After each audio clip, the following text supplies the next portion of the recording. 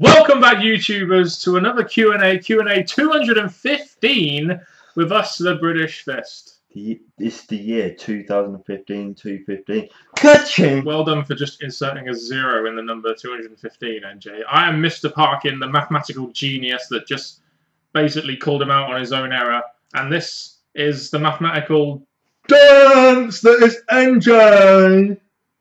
What's up? But the problem is that you all seem to like him because he does that. So, what can I say? You all love NJ.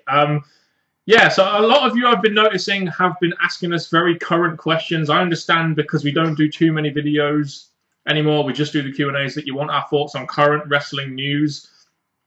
Unfortunately, we can't answer the questions very quickly because we have so many questions backlogged and we want to do it on a first-come, first-served basis. So if you've given us a current event question, when we do eventually answer it, we will answer it under the pretense that we didn't know what was coming or how we thought about it before. So I'm sorry if we can't answer your questions straight away, but we do try our best to get through them all. To be honest, the way I'm starting to see it is that, yes, quite a few people are wanting to know our opinions on Raw that current week.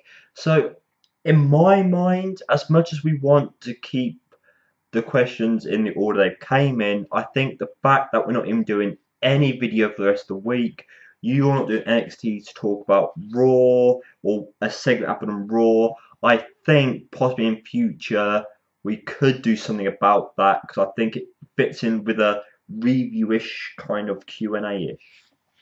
We'll see what happens on that one. My W's mixed up. Which wrestling boss do you want to work for? Dixie Carter or Vince McMahon? Neither, because I have no interest in working in the wrestling business, but hypothetically, probably Vince McMahon, because at least I'd know I'd be getting paid on time. That's the thing, because Dixie Carter, you know, she pretends she's the brain box of TNA and stuff, but obviously I don't think she really is. And Vince McMahon, because he's got millions of dollars, millions of dollars. No. It's billions of dollars, billions of dollars, billions of dollars, billions of shares in the WWE. Yeah, right, yeah, go on. Sorry, I changed it. That's it. So, hypothetically, Vince McMahon, but I guess the question is, would you rather work in a company that, would you rather flourish and do well in a company that doesn't get that much mainstream media attention, or would you rather maybe not do so well but still be on TV and get your name out there, maybe be some kind of mid-carder on a worldwide national brand? As much as we all like the idea of advancing, growing in a business, which you possibly do in TNA, work from the bottom, work your way up, but in WWE you're getting a lot more money, you're getting to travel around the world, you're getting to face the best at some point, and you're in in my opinion, possibly a better atmosphere where you are going to be paid on time. Although those are rumours, we're just joking around. But those are rumours. So we just want to point that out before you UTNA bots point that out in the comment section below. Are you guys disappointed that the Vaudevillains didn't win the NXT Tag Team Championships, and were you happy with Blake and Murphy? The thing is with the Vaudevillains, I don't necessarily think they have to be tag team champions. They're very entertaining by themselves. So they're the kind of tag team that can just plunder around a little bit and go from feud to feud. They don't have to win the NXT Tag Team Championships. I believe Blake and Murphy, as good of a tag team unit they are the kind of tag team that don't have too much else about them, so they kind of need the belts in order to stand out. But I think the Vaudevillains, without the belts, stand out fine, and they don't really need them. I think having an entertaining tag team makes them worth watching, but I think when they're not coming champion, it's almost like every person on the roster will get a shot at our championship. So Vaudevillains not winning it, even for a short period. But as for Blake Murphy, I watched a few matches with them, and I think brilliant. I enjoy. Yeah, very good in the ring, but not much else about them. That's the only thing I'll say about them. Very good unit, but can't really do too much with them. Nowhere near what you can do with the Vaudevillains. Did you guys see the roster for Global Force Wrestling? Jeff Jarrett? TNA wrestlers, because when TNA does rumours go down to a point where it's going down too much that they need to stop, I think they're going to make the move to Global Force. Well, this brings us to another issue, which is, I think, a big issue in wrestling now. In a sense, TNA, they don't run any like live shows or house shows anymore, not that many, and they're doing their TV tapings like once every couple of months, and they only pay their wrestlers per day or whatever when they're at the TV taping. So if you're a member of the TNA roster and you're maybe not allowed to do certain events because TNA kind of tell you not to, and then the offer for Global Force Wrestling. I mean, this is why people like Magnus and Jane Storm are technically leaving TNA so they can do Global Force Wrestling and do their live events as well and get potentially paid for them, and then still work in TNA tapings, not contracted to them, but just as a single one-off, working date. That's kind of what it is on the independent scene right now. And essentially, I see TNA as a independent company. I really do. What do you think of UFC fighter Charles Sonnen being part of the company? 5 or 10 years ago, I'd say, yeah, big coup. But now, if someone says to you, Charles Sonnen, do you think, oh, I've got to watch that? Nope. Exactly. Why can't fans give TNA credit and wish death on the company? I think you mean a not wish death on the company there, but I'll take it as it is. I think the reason why fans can't give TNA credit is because they've given it so many chances and they've disappointed them on so many occasions. I mean, look at us. We started getting into TNA. It was a bit and then it really started to grasp us to the point where we were enjoying it more than WWE. And you, as a diehard WWE fan, at one point were really enjoying TNA a lot more than WWE, weren't you? Correct. And then, we got to the Aces and Eights, and then, we stopped watching it because it kind of, we weren't getting any enjoyment out of it. And then we rewatched it because we thought, oh yeah, they're focusing on new. And then it got to lockdown 2014, and we stopped again. Just because TNA people can't give TNA credit because they fucked up so many times to the point where you kind of wish death on the company because you just don't care anymore. I will say this: even though I've gone off TNA quite strongly, I can still compliment certain things they do, matches and moments, but in reality, they're doing a lot of things wrong now, or things that are not functioning in a way that's favouring them, to a point where the best thing to do is probably this invasion thing where Global Force Wrestling takes over TNA, whatever they're doing. A company that has no TV deal taking over, how does this benefit TNA in any way? Their viewership is 200,000 to 300,000 a week. It's not benefiting them in any fucking way. What do you guys think of Smashing Pumpkins lead singer Billy Corgan joining TNA? I'm hearing he's a very creative guy, but I just wonder what is he going to be able to do since he's joined. Has TNA really changed? Is it ever going to change no matter who they bring in? That's all I'm saying. Famous names like UFC names you've said, now Smashing Pumpkins, they're trying what they can to bring in names to their company to draw eyes from UFC to follow, and now music, Smashing Pumpkins and stuff.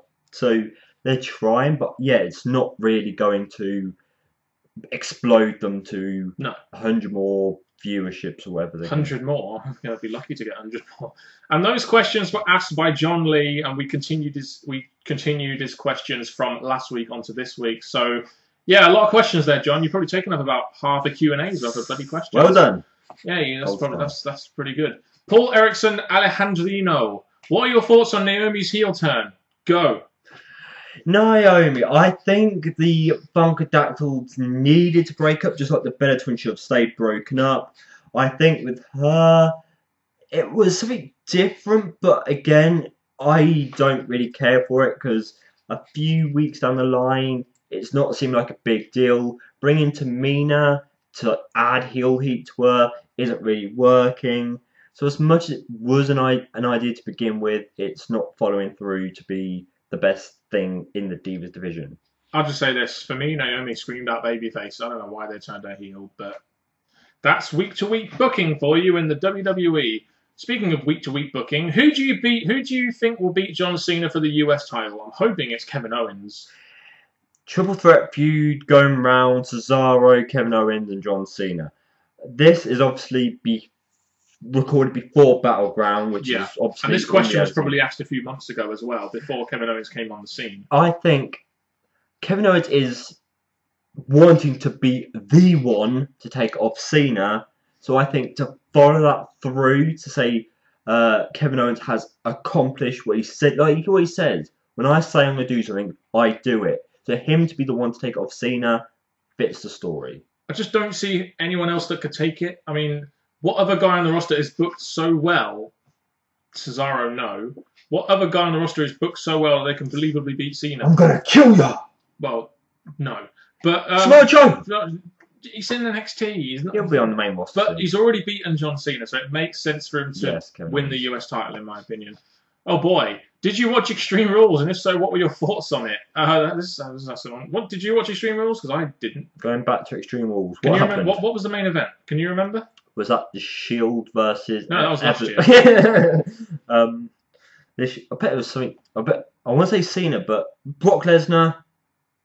No, it was Seth Rollins versus Orton. Following WrestleMania. Yeah, I think it was Seth Rollins Orton. Yeah, was it? I don't know. I'm this sure. This is the problem. I don't remember the main I think event. it was something to do with Brock Lesnar. No, because Brock Lesnar went away. He got fired on Raw. He got suspended, and then Seth Rollins was the champ. I think he faced Orton in the main event. So this is sad that we should be able to remember, because obviously it was following WrestleMania. The next pay Sheamus following. faced Dolph Ziggler. Did he? Yeah, I Okay. think Neville faced someone pre-show. Barrett. I don't know. I can't remember any of the matches, but so that proves how memorable Extreme fucking Rules was. Now that Damien Sandow is back being himself, what do you think will happen to his career next? Well, they spurned the massive opportunity that he was well over as that Mizdow character, and they just followed it up so badly when he was on his own. So I don't know. I mean, they've built this up for months and months and months, and then they failed on it. So why would I think they could be successful with a Damien Sandow? I just don't think it's going to happen. What really killed me with this, it reminded me a lot of The Miz versus Alex Riley. Once that feud, that friendship had came to an end, one was really hot that they could have used the feud to escalate him. Yeah. And I can't even remember the Damien Sandow and Miz feud in the end. That really showed these two were going at it. They were escalating Damien Sandow. Damien Sandow went from that feud just dying quickly to this possible jobber tag team.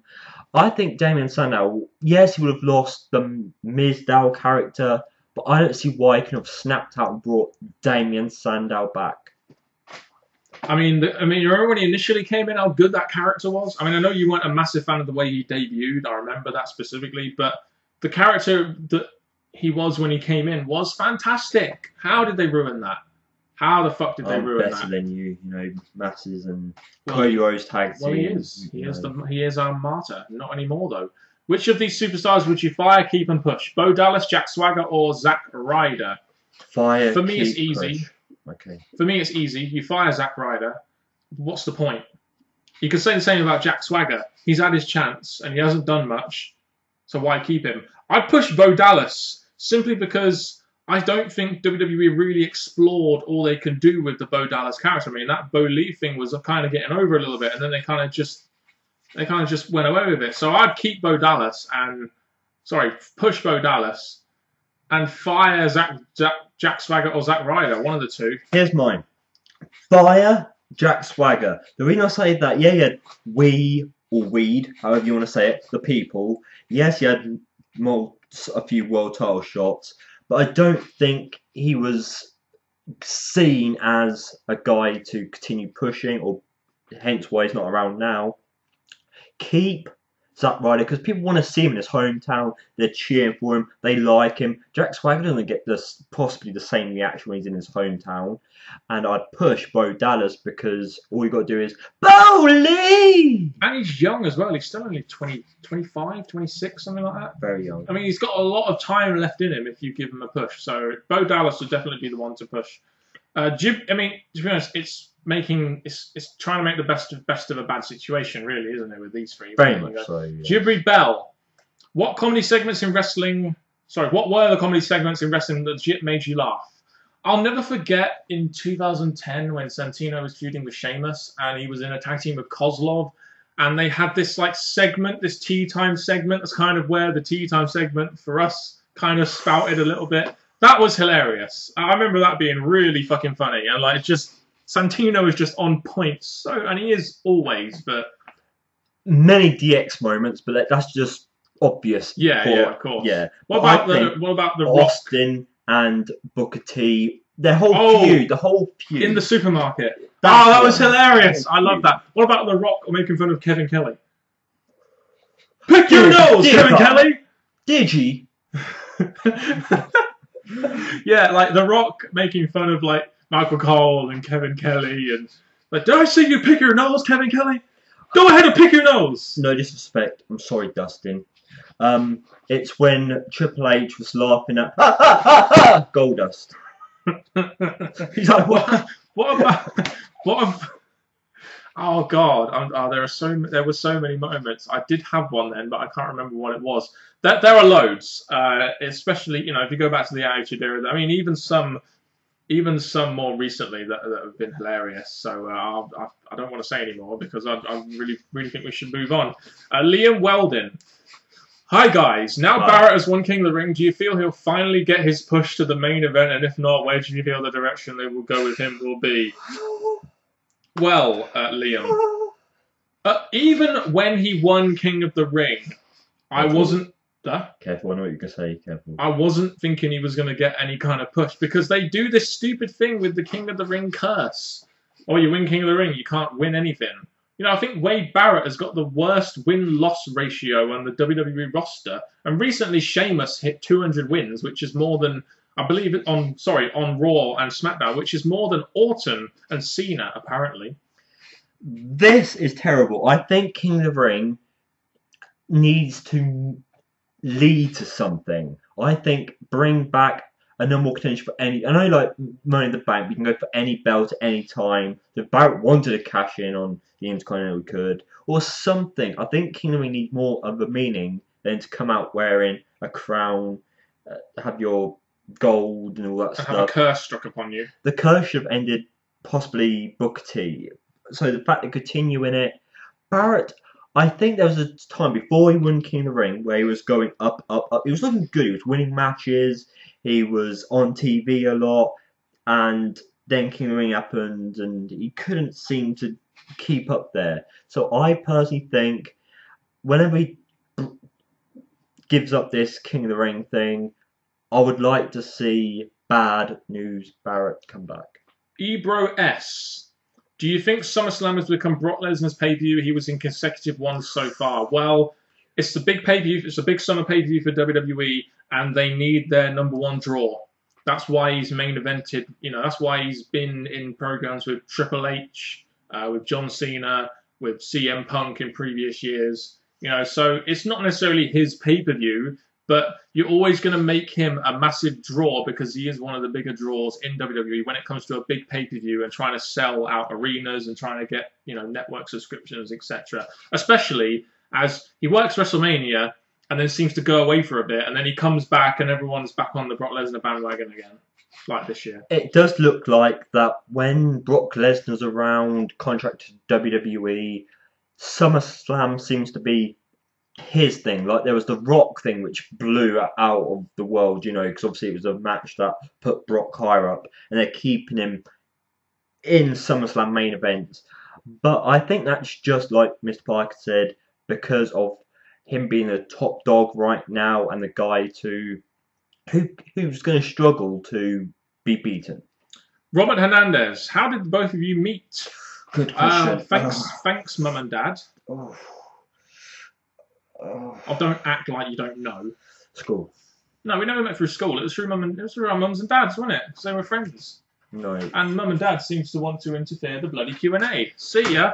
No, well, me and MJ met basically because I think our parents were friends with each other, and that is kind of how we met. Sort of through school. Our parents met. through us being in school. Did they? Yes. So I'm trying. Because I don't think our parents would have met if we weren't in the same school and communicating. And we live up the street from each other as well. That's so another big kind thing, of yes. worked that way. But I mean, it's one of those things where, like, you know, you've been friends with someone so long, you know, or you've known them for so long, you don't really remember how you meet. I mean, a lot of my friends, I've been friends with for 5+ years. I don't remember how I meet them. I just know that I'm friends with them. That's all. You know, I mean, how have you met some of your friends over the years? You just don't fucking remember, do you? Whether it's through school, like, how exactly did you meet them? I met them in my bed one day.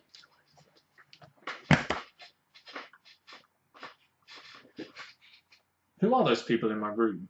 There's no one. Do you see dead people or something? How dare you come off from dead? Sorry, we're going to end the Q&A right here. No, I've still got one more question. No, still got one more. How do you feel about King Bad News Barrett, and do you think the King of the Ring should stay? We just answered that. We didn't answer the last one. My friends are not dead. Stop touching my man boobs, you... I don't know what to call you. Bad News Barrett. King Bad News Barrett, it fits with the whole there's a monarchy in the UK and England thing, but, you know, it hasn't done that much for him. Do I think it should stay? I mean, it's not a bad idea for a special event, but if you're going to treat it like you did this year and just have it random as fuck and have no build up to it and not make it mean anything, then why bother? Bad News Barrett winning King of the Ring. You could see it. You fans wanted it because fans wanted it because they thought this King of the Ring curse had finished. The fact it's still there, the WWE, I don't think they should wait another year to see if they got rid of the curse. I think they should just scrap it. Yes, there were people that praised for it to come back, but I just couldn't care for it anymore. I think they went so long without it meaning something that it just doesn't matter anymore. I think it's one of those classic examples of WWE where they set up something which could be good and it ended up being massively disappointing. And WWE seems to do that quite a lot nowadays. So that's where we're going to end this Q&A on a negative note as usual. If you have any further questions for us, please put them in the comment section below and we will answer them as soon as we can. It might be 2 months, depending on how quickly we get through questions. Just be patient with us, please, guys. We are going to get through to them all. And I would like to see if you would like us to possibly do the recent-ish questions related to the Raw just gone or recent Raw. Don't do it all the time. Still ask us surprising questions because it would be nice to give our opinions of what we've read or what you've seen. But from Mr. Parkin and the NJ, till next time, goodbye.